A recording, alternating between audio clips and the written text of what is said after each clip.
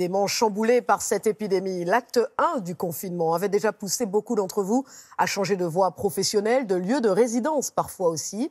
Tout quitter pour s'installer au vert, à l'image de ces Toulousains désormais basés dans l'Ariège et qui ne regrettent rien de leur décision, bien au contraire. Marie-Candice Delouvrier et David Bress. Avec moins de 10 000 habitants, Foix est l'une des plus petites préfectures de France. Mais cela pourrait bientôt changer. Grâce à son château médiéval, la ville attirait déjà plus de 90 000 visiteurs par an. Depuis quelques mois, elle accueille aussi de nouveaux habitants, venus s'installer en Ariège. À 28 ans, cette jeune femme a quitté Toulouse après le confinement du mois de mars. Ici, elle a trouvé un grand local pour son activité de maroquinerie, au même prix que son petit studio toulousain. Le Covid a été l'élément déclencheur, mais c'est quelque chose aussi qui me travaillait ces derniers temps, ces dernières années. Quand j'étais à Toulouse, je faisais tout chez moi dans mon appartement. Mon activité, du coup, elle était un peu étouffée.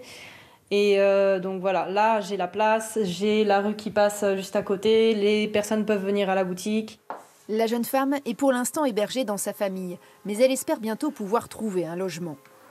Quelques rues plus loin, Marie-Hélène et Vincent Sanchez arrivent eux aussi de la banlieue toulousaine.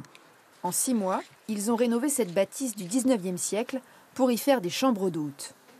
350 000 € d'investissement correspondant au prix de vente de leur maison en Haute-Garonne. Même si leur projet est suspendu par le confinement, ils ne regrettent rien. Tout est très compliqué sur Toulouse. Se déplacer, maintenant avec le Covid, tout est très cher, tout est...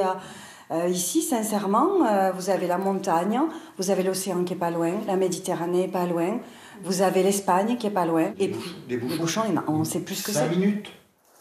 Combien sont-ils, comme eux, à avoir franchi le pas?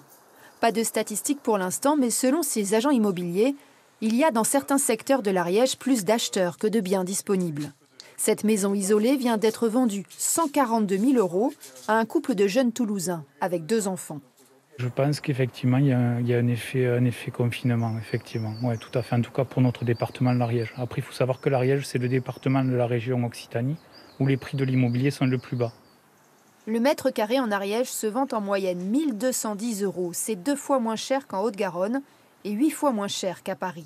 Le département espère aussi attirer des résidents grâce à de nouveaux équipements. À Foix, un pôle artistique à destination des jeunes sortira bientôt de terre pour 2,5 millions € d'investissement. Autre signe encourageant, les créations d'entreprises en hausse de 3 % en Ariège sur 6 mois, malgré le confinement de mars. Sans oublier les télétravailleurs. Pour les séduire, le département est sur le point de signer un accord avec 2 grandes entreprises françaises et étrangères. On leur propose donc un package d'accompagnement de leurs salariés, à la fois sur l'offre immobilière, donc trouver un logement sur le département, les accompagner éventuellement sur l'emploi du conjoint si c'est nécessaire. Seul bémol, des efforts qui restent à faire sur les transports et la rénovation énergétique de nombreux logements. Des chantiers indispensables pour que l'Ariège confirme sa dynamique malgré la crise sanitaire.